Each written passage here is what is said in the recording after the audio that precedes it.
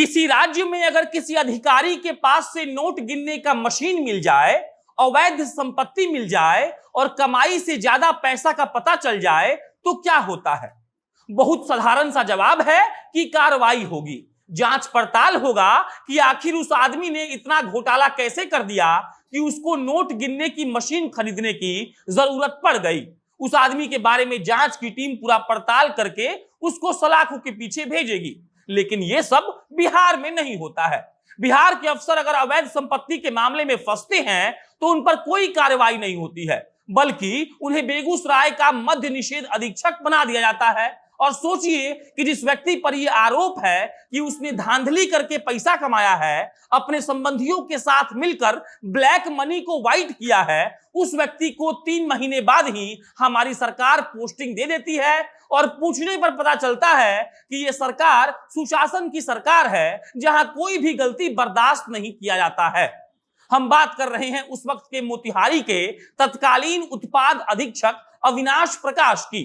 अविनाश प्रकाश वो अधिकारी हैं जिनके घर पर 8 दिसंबर 2021 को छापेमारी हुई थी। छापेमारी में अकूत धन होने का पता चला।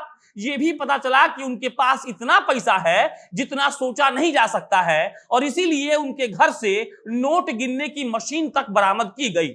3 महीने के बाद ही हमारी सुशासन की सरकार ने भाई साहब को कैमूर चेकपोस्ट पर, बलथरी चेकपोस्ट पर प्रतिनियुक्त कर दिया। और उसके बाद भी सरकार को लगा होगा कि इतना अच्छा अधिकारी जो अपने पास नोट गिनने की मशीन रखता है, उसको हम लोगों को बेगूसराय का उत्पाद विभाग का अधीक्षक बना देना चाहिए। और हुआ भी ऐसा ही। और इसी कहानी को सुनकर आपको मालूम पड़ जाएगा कि हमारी सरकार जीरो टॉलरेंस की नीति अपनाती है या नहीं।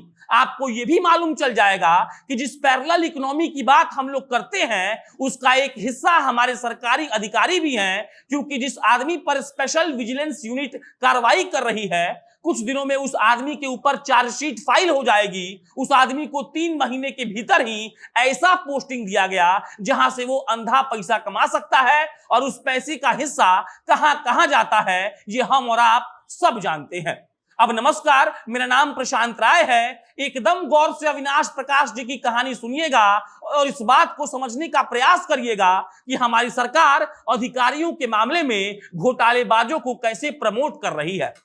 आप सोचकर हैरत में पड़ जाएंगे कि एक ऐसा अधिकारी जिस पर चार्जशीट होने वाला है, जिस पर स्पेशल विजिलेंस यूनिट तहकीकात करने के बाद अब वो केस प्रवर्तन निदेशालय यानी कि ईडी को देने वाली है, उस आदमी को मात्र 3 महीने में हमारी बिहार की सरकार पोस्टिंग देती है। और सिर्फ पहले पोस्टिंग से उनका मन नहीं भरा तो दूसरा पोस्टिंग भी दे दिया गया।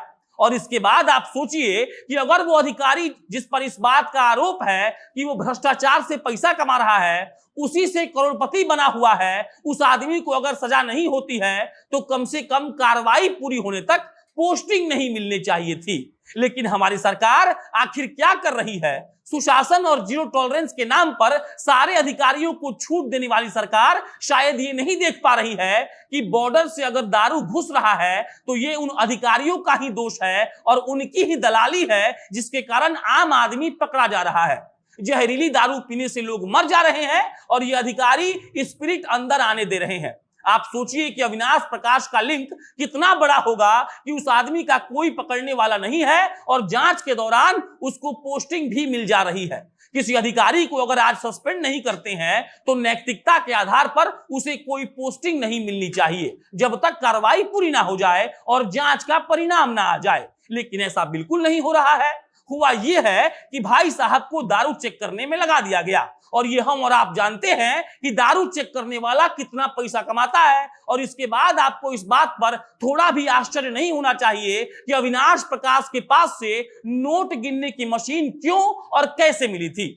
अविनाश प्रकाश के घर की तलाशी से 2 पासपोर्ट, 15 पासबुक, 4 इंश्योरेंस के दस्तावेज मिले थे, कई फ्लैट मिले थे, कई फार्म हाउस मिले थे, कई जगह जमीन मिली थी, और इन सब से हमारी सरकार को कोई फर्क नहीं पड़ा तो हमारी सरकार ने उनको पोस्टिंग दे दी।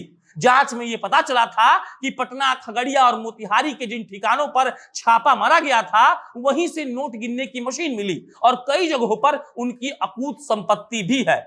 इसके बाद यह मालूम पड़ा कि इससे ज्यादा संपत्ति तो उन्होंने अपने संबंधियों के माध्यम से इधर उधर कर दिया है और इतना होने के बाद भी अगर उस पर कोई एक्शन नहीं हो रहा है तो हमें यह समझना चाहिए कि यह सुशासन सिर्फ बोलने के लिए है। खबर के मुताबिक अब स्पेशल विजिलेंस यूनिट ये केस को ईडी को दे देगी और कहा यह भी जा रहा है कि निगरानी विभाग को पत्र लिखकर यह जानने का प्रयास करेगी कि आखिर भ्रष्टाचार के मामले में जिस अधिकारी पर अभी जांच चल रही है उसको पोस्टिंग क्यों दिया गया और अब तक उन पर कोई कार्रवाई क्यों नहीं हुई। अमूमन देखा गया है कि इस मामले में आरोपी का या तो निलंबन हो जाता है या फिर कोई भी अनुशासनात्मक कार्रवाई होती है, लेकिन ऐसा कुछ भी नहीं होते हुए उस व्यक्ति पर जिस पर आरोप है, जिस पर जांच चल रही है, उसका पोस्टिंग भी हो चुका है और पोस्टिंग हुआ भी तो कैसा, बॉर्डर पर दारू की जांच का। इससे यह होगा कि उनके पास अगर 5 नोट गिनने की मशीन पहले थी तो अब वो 15 हो जाएगी, क्योंकि बिहार के चेक पोस्ट पर पोस्टिंग करवाने के लिए करोड़ों रुपया का बोली लगता है। अविनाश प्रकाश जी के साथ जो हुआ है और जो हो रहा है वो कहीं ना कहीं हमारे सिस्टम पर यह सवाल उठाता है कि हमारे नेता कैसे हैं। उन अधिकारियों को प्रमोट करते हैं जो अधिकारी माल देते हैं, माल मतलब पैसा होता है, और उन अधिकारियों के बहाने इकोनॉमी को और बूस्ट किया जाता है, जिसको जनता के सामने नेताजी लाकर लोग कहते हैं कि ऐसा बिल्कुल नहीं होना चाहिए। बाकी अविनाश प्रकाश जैसे अधिकारियों को प्रमोट हमारी सरकार ही कर रही है। वो अधिकारी जिसके पास अकूत संपत्ति है और वो 2 नंबर के काम से हासिल किया गया है, उसको हमारी सरकार निलंबित नहीं कर रही है और चेक पोस्ट पर भेजकर ड्यूटी देकर इस बात को बढ़ावा दे रही है कि तुम कमाओ, हम तुम्हारे साथ हैं। कई शहरों में मकान खरीद लेने वाला अधिकारी अब शायद नीतीश कुमार की सरकार और प्रशासन से नहीं डरते हैं। कई शहरों में अवैध जमीन रखने वाला अधिकारी इस बात से नहीं डरते हैं कि उन पर कार्रवाई हो सकती है, और इसका सीधा मतलब यही है कि जांच का कोई रिजल्ट नहीं निकलेगा।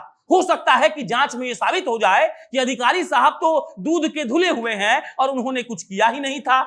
8 दिसंबर 2021 को बीते हुए मात्र 5 महीने हुए और 5 महीने के भीतर पैसा छापने वाला पोस्टिंग दे देना, निलंबित ना करना, कहीं ना कहीं इस बात की ओर इशारा कर रहा है कि हमारे नेता कैसे हैं। भ्रष्टाचार और जीरो टॉलरेंस वाली सरकार क्या कर रही है ये हम और आप देख सकते हैं। अधिकारियों को कहा जा रहा है कि आप पैसा लूटिए, और अगर ऐसा नहीं कहा जा रहा होता तो आज उस अधिकारी पर कार्रवाई होती जिसके यहां से अवैध संपत्ति मिली है, और अवैध संपत्ति का मिलना हमारी सरकार के लिए कोई बड़ी बात नहीं है। ऐसी कितनी संपत्तियों के मालिक हमारे खुद नेता हैं, तो वो किसी अधिकारी के बारे में टिप्पणी क्या करेंगे।